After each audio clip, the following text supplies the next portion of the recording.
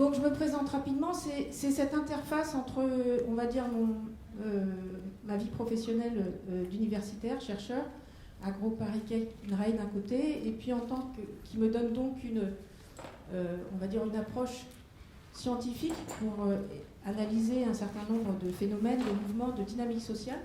Et puis de l'autre côté, en tant que présidente du CPIE Yonne et Nièvre, hein, qui est donc une association qui se donne pour objectif d'accompagner, on va dire, la transition écologique sur son territoire. Donc à l'interface des deux, je trouve qu'il est tout à fait pertinent et intéressant d'articuler, on l'a vu plusieurs fois dans les manifestations, d'articuler la recherche et l'action. La recherche pour elle-même, fondamentale, ça a son intérêt. Les actions pour elles-mêmes, elles sont toutes leur intérêt, mais quand on peut créer une interface entre les deux, ça permet de donner une certaine amplification et intérêt à ce qui est en train de se jouer, en tout cas sur les territoires. Donc très rapidement, alors à terre, je ne vous donnerai pas le sigle, même si je sais qu'il faut les donner, mais c'est un acronyme anglais.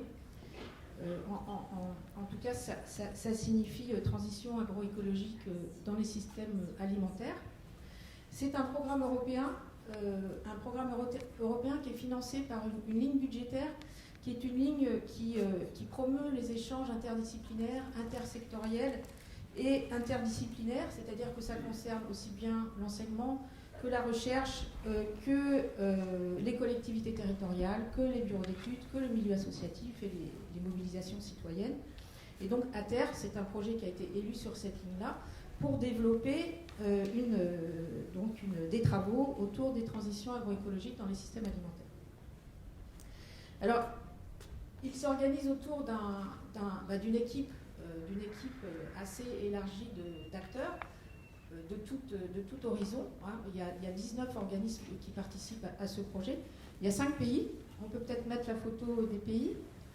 Il y a 5 pays. Il y a la France, le Brésil, l'Angleterre, les États-Unis, l'Italie.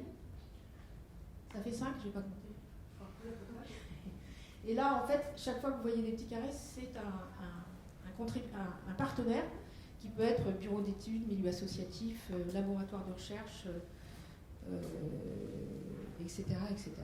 Donc un vaste programme qui se déroule sur un certain nombre de continents avec 16 études de cas, c'est-à-dire que sur chacun des continents, il y a certains des pays, il y a 1 ou 2 ou 3 études de cas, donc sur un périmètre particulier pour comprendre, accompagner, analyser, décrire ce qu'on peut appeler une transition agroécologique dans les systèmes alimentaires. Donc on est vraiment sur, je dirais, quelque chose qui est un écosystème de recherche-action, avec un objectif particulier qui est celui de développer les échanges entre les différents pays, qui est de mettre en perspective en fait, des cas particuliers, de mettre en commun ce qu'ils ont de différent et de partager, et tout ça dans une logique de dissémination. Alors la démarche qu'on a, c'est une démarche, on parle beaucoup d'agroécologie. Alors évidemment l'agroécologie c'est un petit peu le cadre prometteur à partir duquel on va travailler pour engager les transitions nécessaires pour arriver à des systèmes alimentaires qu'on va considérer comme résilients. La transition, c'est quelque chose qu'on considère comme un processus ouvert, c'est-à-dire qu'elle n'est pas définie, on ne sait pas exactement où on veut aller, on reste relativement ouvert là-dessus, mais ce qu'on sait, c'est que dans chaque cas, il y a transition quand on cherche à rapprocher ce qu'on appelle l'alimentation, l'agriculture, la santé et l'environnement. C'est-à-dire qu'il y a une espèce d'interaction entre ces tout niveaux, donc c'est des reconnexions qu'on cherche à observer dans ces 16 études de cas qu'on va documenter, analyser, confronter et comparer. Donc voilà un petit peu pour le projet lui-même. Donc dans chaque étude de cas, on va s'appuyer sur une démarche d'études comparatives avec des outils qui ont été mis en place par les chercheurs, les acteurs de terrain, enfin tout ça dans une co-construction de ce travail pour avoir une analyse partagée de ces trajectoires, ce qu'on appelle des trajectoires du système agroalimentaire territorial. Et on va la restituer sous la forme d'une frise chronologique, entre autres d'un récit sur la région. Pas tout de suite, on reste sur si on peut rester un peu sur la région, voilà, pour pas se disperser, avec un petit texte interprétatif. Alors tout ça est mis sur un observatoire international qui est mis en ligne et que n'importe qui aujourd'hui peut aller consulter pour découvrir ces différentes études de cas qui ont été mises en place. Alors l'idée ici, pourquoi je vous parle de ça? Parce que à partir de cette année, voire l'année prochaine, enfin voilà, on arrive plus ou moins au terme de ce projet européen, mais on a pour ambition de le poursuivre, ce projet, en intégrant de nouvelles études de cas. Et parmi ces nouvelles études de cas, compte tenu de mon attachement à la région et de mon attachement au CPE Yonne-et-Nièvre, j'ai proposé d'une part au coordinateur du projet ATER, d'autre part aux membres du CPE Yonne-et-Nièvre, d'intégrer un territoire, une partie de territoire en tout cas dans cet observatoire. Et sous les conseils de Lucie Liège, qui est donc chargée de l'axe alimentation au territoire au CPI Yonne-et-Nièvre, que vous avez largement le temps d'écouter hier et de rencontrer, elle nous a suggéré, de par ses réseaux et sa connaissance du territoire, de travailler, de proposer... Ah merde, je sais pas. Excusez-moi. Elle nous a suggéré de travailler sur un territoire qu'on ne connaissait pas encore énormément en tant que CPI Yonne-et-Nièvre, mais c'était une occasion de renforcer nos liens avec ce territoire qui est celui du nord de Lyon. Ici, j'ai repris une carte du diagnostic du système alimentaire du territoire 2022. Ça correspond à peu près à ça. C'est environ 2000 km², c'est 5 communautés de communes. Et c'est un territoire qui présente un certain nombre de caractéristiques. J'en suis sûre que la plupart de ceux qui sont ici les connaissent mieux que moi. Mais pour aller très vite, la première caractéristique qui nous a intéressés, c'est que ce territoire était justement à proximité de la région parisienne, de l'Île-de-France. Donc il était en continuité de l'Île-de-France et donc il possédait des caractéristiques tout à fait spécifiques qui pouvaient faire penser qu'aller vers une transition écologique n'était pas aussi simple que ça, parce qu'il était sous dépendance de l'Île-de-France, sachant que pendant des décennies et des décennies, il a entretenu des flux importants, que ce soit de personnes, de marchandises, entre l'Île-de-France et la région que vous voyez ici. Donc, un système alimentaire qui est marqué par sa proximité avec l'Île-de-France, avec donc une relation, ce que je viens de vous dire, de dépendance, qui a duré quelques siècles. Une hybridation forte entre le monde rural et le monde urbain, qui est spécifique de cette région. C'est un territoire aussi qui est dominé par les grandes cultures, alors avec des exploitations dont les tailles sont supérieures à la moyenne nationale. Donc il exporte la majorité de sa production. Donc on peut se dire qu'en termes de résilience alimentaire, effectivement, il y a énormément de défis à rencontrer. Enfin, ce qui est aussi intéressant, c'est qu'il présente une énorme dynamique de reconstruction, en tout cas de volonté de reconstruction de son système alimentaire territorial. Ces états généraux en sont un exemple. On a donc effectivement dans cette région une vie associative extrêmement importante, des acteurs, je veux dire, extérieurs à l'agriculture, mais très sensibles aux questions de santé environnementale et autres, on va dire, engagés dans cette transition alimentaire. Et puis, un gros paquet d'agriculteurs aussi qui sont, on va dire, dans une posture un petit peu de réflexion, de réflexivité et de recherche par rapport à leur système de production pour aller vers plus d'autonomie. Donc ça fait des ingrédients tout à fait intéressants. En plus, il y a 2 programmes d'alimentation territoriaux, des PAT, et puis il y a le PETR, dont on a parlé ce matin, donc un pôle d'équilibre territorial et rural, qui est en fait un outil de coopération entre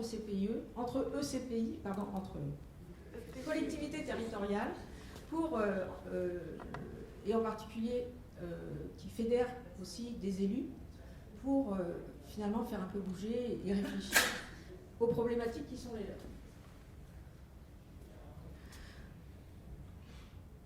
voilà, donc la trajectoire, cette fameuse frise temporelle, et c'est pour ça que je vous présente ça ici. Donc on peut passer à la prochaine diapositive. Merci. Voilà. Alors ça, c'est en fait un début on va dire en consultant un certain nombre de documents et de rapports, parce qu'il y a quand même beaucoup d'informations sur cette région nord de Lyon. L'idée, c'est on va dire, en respectant un certain cadre méthodologique, de façon à pouvoir passer en fait d'une étude de cas à une autre, c'est essayer de représenter de façon temporelle dans le temps, donc par cette frise, un certain nombre d'événements qui peuvent se passer à la fois au niveau international, au niveau régional, au niveau territorial, et puis qui nous paraissent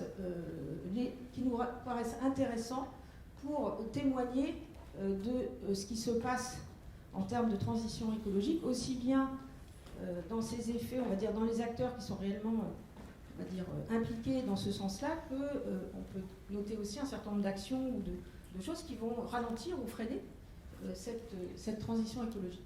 Donc là, je me suis amusée à faire ça à partir de toute la documentation que je pouvais avoir. Et puis on a donc, comme l'a signalé Camille tout à l'heure, on a eu une première réunion en septembre dernier avec les membres, on a fait notre dernière séminaire à terre à Joigny en fait, avec les membres donc, de ce programme à terre, et puis on avait invité un certain nombre d'acteurs de la transition écologique ou d'acteurs du territoire pour nous aider à reconstituer l'histoire depuis les années 60, on va dire à peu près, de cette frise. Alors ici, j'ai repris un peu toutes les informations que j'avais pu avoir, mais évidemment, c'est pas complet. Évidemment, il y a des erreurs. Évidemment, il y a aussi des couleurs et un certain nombre de directives à respecter que je n'ai pas forcément respectées. Mais en gros, dans une première version, ça donne ce genre de tableau d'un point de vue de sa représentation graphique. Donc l'idée, c'est évidemment, et c'est une des raisons aussi qui a fait que j'ai été très intéressée pour rencontrer un certain nombre de personnes ici dans ces réunions, de façon à discuter avec elles, à prendre date et évidemment à leur proposer de constituer un groupe de travail autour de cette réflexion sur la transition écologique de leur territoire, pour pouvoir avancer un peu plus à la fois dans ce graphique, mais aussi dans des récits autour du territoire. Ce territoire, c'est quoi? Qu'est-ce qu'il caractérise? Où est-ce qu'il va? Quels sont les leviers qui nous permettent d'aller vers la transition écologique? Quels sont les freins à la transition écologique? Quels sont, etc., etc. Enfin, caractériser un petit peu tout ce chemin de la transition pour en même temps avoir retourné vers les acteurs du territoire un éclairage qui leur permette d'avoir une vision un petit peu plus systémique, on va dire, de cette dynamique d'une part, et d'autre part de se situer par rapport à d'autres territoires. Alors vous voyez ici, si je vous fais très vite un petit... ça va, je suis dans l'écran là. Si je vous fais très vite un petit 3-4 petites remarques sur cette transition ici. Donc vous voyez que jusqu'aux années 1950, alors j'ai mis 90-2000, mais ici c'est peut-être pas les bons, vous voyez, les bonnes périodicités. Il y a peut-être une autre périodicité à mettre en avant pour décrire cette dynamique-là, mais là j'ai pas eu le temps d'y toucher, puis je n'en savais pas assez en fait sur la région pour le faire. Mais disons que jusqu'aux années 1960, pour aller très très vite, hein, et je vous apprends rien, le paysage est dominé par de la polyculture et de l'élevage, et puis on a la crise du phylloxéra en 1870 qui a affecté pas mal la région, l'apparition de friches. Donc voilà, toutes ces petites informations, la taille moyenne de la parcelle est de 28 hectares. Cette partie de Lyon est vraiment un territoire de ressources pour Paris. J'avais ce chiffre qu'en 1800, on a 31 du bois qui est consommé à Paris, vient de Lyon. On a évidemment l'aqueduc de la Vanne, hein, qui est utilisé par les eaux de Paris pour acheminer l'eau dans la capitale. vous le savez aussi mieux que moi, hein, ça date de la fin du 19e, et c'était la volonté du baron Haussmann de repenser tout le système d'alimentation en eau de Paris. Et depuis cette période, l'eau alimente en eau potable la région, en partie la région Île-de-France, et l'eau est propriétaire dans le territoire d'environ 40 000 hectares d'aires d'alimentation en eau. Donc ça lui donne quand même une présence et une force qui est non négligeable. Voilà, on peut raconter, on peut mettre ça dans une histoire un peu plus construite, hein. Là elle ne l'est pas encore. Vous avez ensuite ce qui marque le territoire, on le voit très mal en jaune, hein, c'est toute l'arrivée des entreprises agroalimentaires. Vous les connaissez mieux que moi, Eurial, Duc, Yoplait, Sénoble, Lincette, etc., qui vont avoir des implications importantes, évidemment, sur l'emploi, sur le territoire. Dans les choses importantes à signaler, je pense, c'est le processus d'urbanisation autour des pôles urbains de la région, Auxerre, Sens, Tonnerre, Joigny. Et donc avec cette hybridation rural-urbain, qu'on ne retrouve pas dans toutes les zones rurales, hein, si vous allez en Puiser, on n'est pas tout à fait dans la même situation. Vous avez aussi, dans les années 80-90, l'arrivée de ce qu'on appelle dans notre jargon les navetteurs. Les navetteurs, c'est ceux qui vont s'installer. On a retrouvé ça avec la crise de Covid, mais de façon pas avec la même signification. Les navetteurs, c'est ceux qui se sont installés en périurbain, un très grand périurbain, et qui font des allers-retours, des navettes entre leur lieu de travail et leur lieu de résidence. Ça a pour effet parfois de créer des espèces de cités-dortoirs où les gens sont complètement absents et pas du tout impliqués, on dirait, ils ne sont pas ancrés dans leur territoire. Vous avez aussi le phénomène des résidences secondaires, qui n'est pas neutre, hein, et qui arrive aussi. J'avais des chiffres sur les résidences secondaires dans la région qui sont quand même relativement développés. Voilà. Et on peut dire qu'à partir des années 2000, je vous ai mis quelques acteurs qui arrivent progressivement, qui sont des acteurs relativement importants. Ça peut être dans le domaine de la formation, de l'information, du foncier, de la mobilisation citoyenne, de l'alimentation. Vous avez eu des tas d'exemples aujourd'hui, mais enfin, il y en a énormément de groupements de producteurs, etc., etc. Et puis en 2015, vous avez eu ce partenariat Haute-Paris agriculteurs, entre des agriculteurs, oui, pour recréer je crois qu'après ça va donner le GI2E, Agro-Biovan et des pays d'hôtes, hein, si je ne dis pas de bêtises. Enfin, ce qui révèle qu'on commence à avoir des préoccupations autour à la fois de la protection des aires de captage des eaux et des systèmes agricoles qui sont on va dire, inféodés à ces captages et ça suppose, pour arriver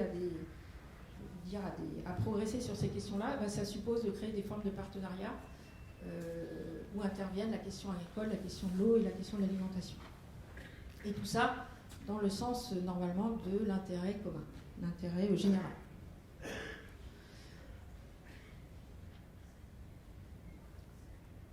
Voilà. Et puis la question de la dépendance du territoire à Paris, on va dire, et la question effectivement du partage de l'eau devient aussi une question essentielle qui va se manifester par un certain nombre d'actions, de conventions, et qui peuvent changer un petit peu la donne. Enfin, si on arrive un peu plus tard, on voit avec les PAT, on voit avec, d'un point de vue, on va dire, des politiques agricoles ou des politiques alimentaires, on va avoir un certain nombre d'outils qui sont mis en place au niveau national, saisis par des élus locaux ou par le monde associatif, pour aller vers ce qu'on appelle donc aujourd'hui la résilience alimentaire. Donc c'est les fameux, en tout cas, PAT, programmes alimentaires territoriaux, qui sont présents dans la région. Et puis en tant qu'initiative citoyenne, vous avez les AMAP, enfin vous avez... j'ai oublié plein de monde, évidemment, je ne peux pas tous les citer, c'est totalement incomplet, mais je voudrais vous convaincre de l'intérêt de ce type de démarche pour un territoire comme le territoire du nord de Lyon, sachant d'après les gens que j'ai pu rencontrer, qu'il y a quand même pas mal d'élus aussi qui sont assez engagés dans cette volonté d'améliorer la résilience du système alimentaire de leur territoire. Et donc ça en fait un excellent objet d'étude aussi, dans les études de cas, on a le cas de l'Ardèche. Le cas de l'Ardèche, c'est un cas un peu emblématique d'une trajectoire de transition écologique. Ici, on n'est pas en Ardèche et c'est ça qui en fait l'intérêt aussi. C'est-à-dire qu'on est confronté à des difficultés complètement différentes, à des acteurs complètement différents, à un contexte complètement différent. Donc, pour conclure, l'intérêt et les perspectives sur lesquelles je vais intervenir un peu, enfin, je veux insister vraiment beaucoup, c'est d'abord que ça permet à une région comme celle-ci d'avoir une visibilité au niveau international, ce qui n'est quand même pas neutre. Et je pense que les échanges entre différents territoires qui se situent dans différentes régions du monde, c'est vraiment quelque chose de très instructif. Et puis donc ça permet à un territoire comme celui-ci de se faire connaître. Ça permet aussi d'avoir sur ce territoire, par rapport à cette dynamique en cours, des regards extérieurs d'experts qui sont allés sur des tas d'autres études de cas et qui donc peuvent vous renvoyer ou vous aider à co-construire avec vous quelque chose sur votre région. Ça permet ce que vous faites déjà ici, mais de façon plus élargie et avec des acteurs qui ne sont pas ceux du territoire. Ça permet d'avoir des temps d'échange, d'expérience et puis surtout des regards croisés. Et enfin, ça renforce la démarche réflexive que vous pouvez entreprendre, que vous pouvez avoir vous-même, et de mobilisation au niveau local. En tout cas, j'en suis vraiment intimement convaincue, à partir d'une part de la construction d'une typologie des voies de transition, qui a pour conséquence, je pense, une fois qu'on a mobilisé un peu toutes ces connaissances, ça permet d'améliorer ses compétences, ses propres compétences, et peut-être, en tout cas, nous, c'est notre projet du côté à terre, par pays, de proposer ou d'élaborer, en tout cas, la Commission européenne nous demande, des recommandations politiques par rapport à des situations qu'on a pu observer, mais qui sont valables dans certains contextes, pour certaines régions, etc. etc. Voilà, donc, ce que je souhaite, c'est mobiliser ceux qui sont intéressés pour participer à cette co-construction sous forme de groupes de travail qui ne sont absolument pas contraignants. Moi, je vois plutôt ça par des échanges, par mail, par téléphone, des documents qu'on partage. Éventuellement, si on peut se rencontrer une fois ou deux, c'est vraiment bien, mais ça, c'est peut-être plus un des moments forts de restitution ou de synthèse. Voilà, dans la salle à l'entrée, cette carte est affichée aussi. On espérait peut-être que certains d'entre vous y écrivent des choses, mais c'est pas très. Je reconnais que c'est pas très pédagogique. Enfin, il faut. En tout cas, si vous voulez participer, soit vous le faites savoir, soit vous allez l'écrire sur cette carte, et je vous donnerai plus d'explications. Voilà, je pense que je m'arrête là. Bravo.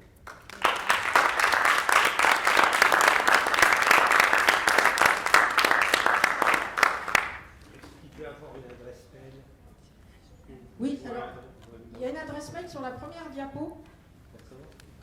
Et puis je vais l'écrire peut-être je peux l'écrire sur le tableau derrière dans l'entrée. Comme ça, ça ne va pas partir avec la diapo. Je vais l'écrire. Il y a cette carte. Voilà, c'est Florence.Pinton. Alors là, j'ai donné mon adresse, on va dire institutionnelle, professionnelle. Ça peut être pour ne pas submerger non plus Lucie, parce que en fait, dans cette affaire, moi, je serai la référente scientifique de l'affaire. Et à partir de là, quand il s'agit d'intervenir ou de travailler directement sur le territoire, j'aimerais bien faire ça en binôme avec Lucie, mais Lucie, elle a beaucoup d'autres types d'activités. Donc c'est pour la décharger un petit peu de tout ça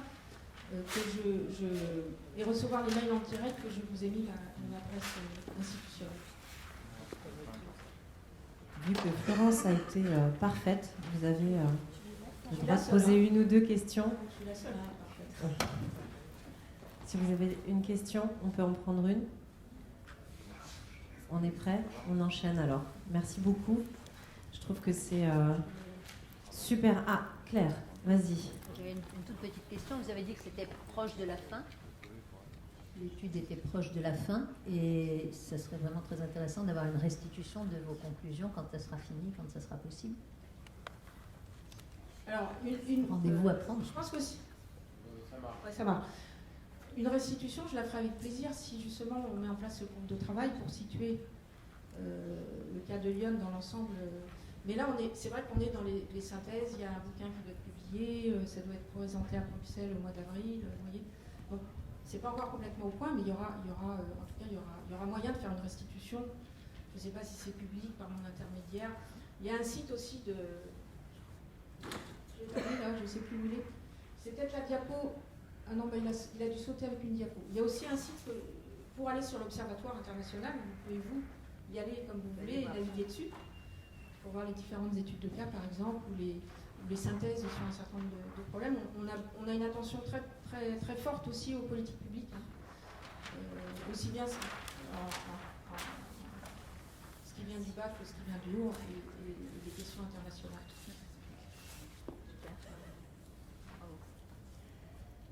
Merci beaucoup Florence.